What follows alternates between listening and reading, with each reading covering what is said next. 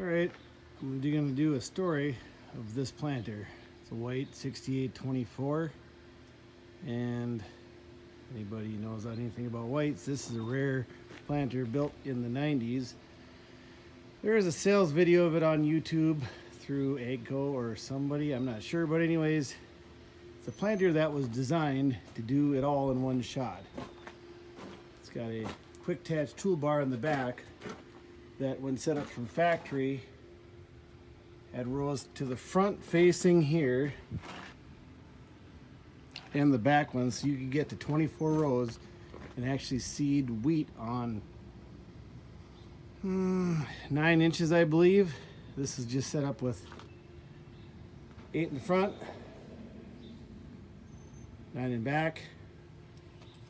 What makes this so unique is this is White's first center fill, center distribution to the AGCO air pressurized row units. And this thing could support up to 24 rows. All right, I had to take a little break time with the kids.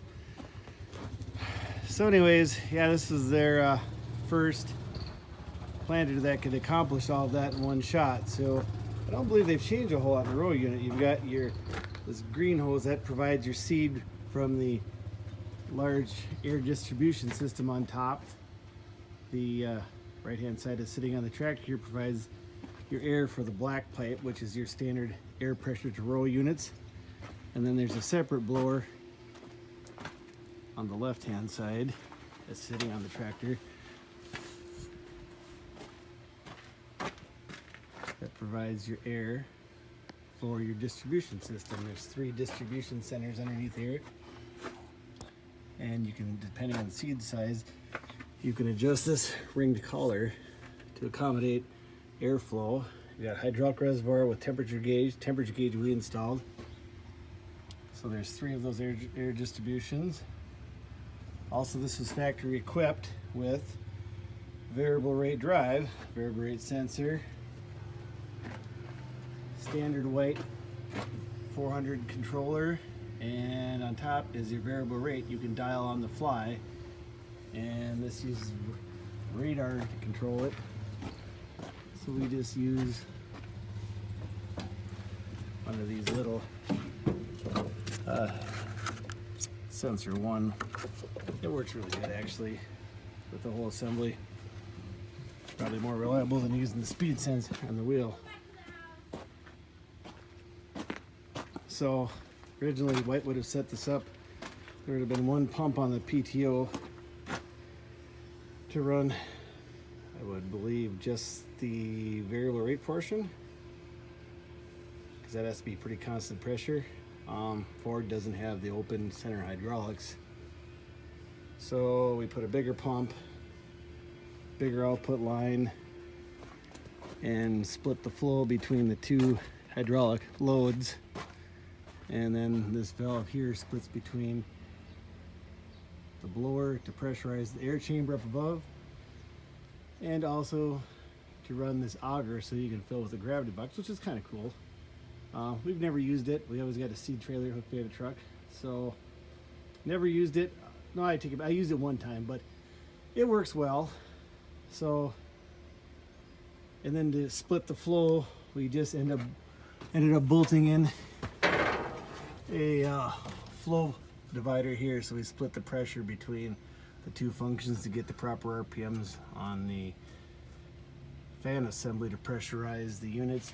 And then it all works out pretty well. I mean, here's them 3 seed assemblies, and there's actually the extra tubes if there were 24, but there's not. Then we put in a hydraulic filter to filter it all. It's a little bit of a mess, kind of surprising it actually worked as well as it did when we started it up.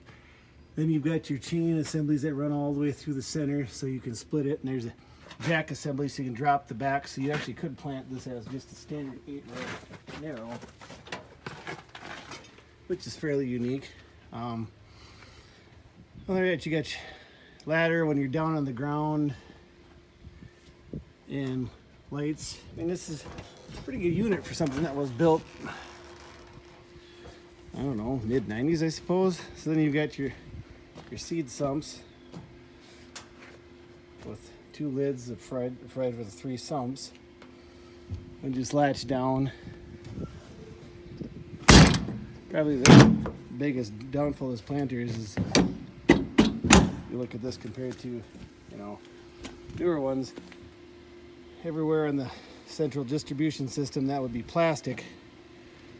They did it with steel on this thing, so that makes this thing like just short of 13,000 pounds empty. So you've got 6 wheels to pick up 13,000 pounds, and with that much weight hanging off the back end on the back of this, absolutely not enough.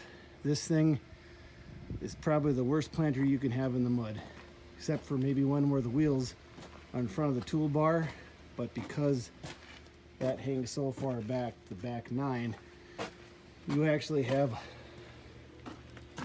lift on the drawbar at all times. So if you start spinning and the planter's down, don't bother picking it up, because as soon as you pick it up, these 3 wheels and the 3 wheels on the other side, they go down and the planter doesn't come up and you stop right now. So that's really the only downfall, but the variable rate and everything else as far as this thing works, it's been spot on. It's really works exceptionally well. And then somebody added, I don't know what these markers are off, it's Case IH or something, I'm not sure what this is, but these markers are 10 times better than anything White ever built, unless this is from White that I don't recognize, but I think that's Case IH or IH. Those are much better markers. So that's a little bit about the planter. So the other downfall is, I guess, because you got all that PTO load on the tractor. Man, this thing's a power sponge. This thing, I don't know, anything less than 140, I don't think you can muster it up. It takes a lot of power just to get the hydraulic system up and running, and then you got to pull a 13,000 pound planter, plus I think you can hold like 50 bushels in there. So got that all up, and it's heavy. Other than that, I mean, it's really decent shape. We keep it in the shed whenever it's not planting, and I think at one time it had liquid fertilizer, but that was gone when we bought it, so it doesn't see fertilizer, it just sees mud on occasion and a couple rainstorms if it's not at home. So that's pretty much the gist of this planter. I think you'll see 1 or 2 for sale on occasion on Tractor House per year, or maybe less. It's rare. It's kind of cool. I guess we got one. So that kind of wraps up the story on it. And then also we pull with that tractor. I think we talked about that before, so we'll just end it at that.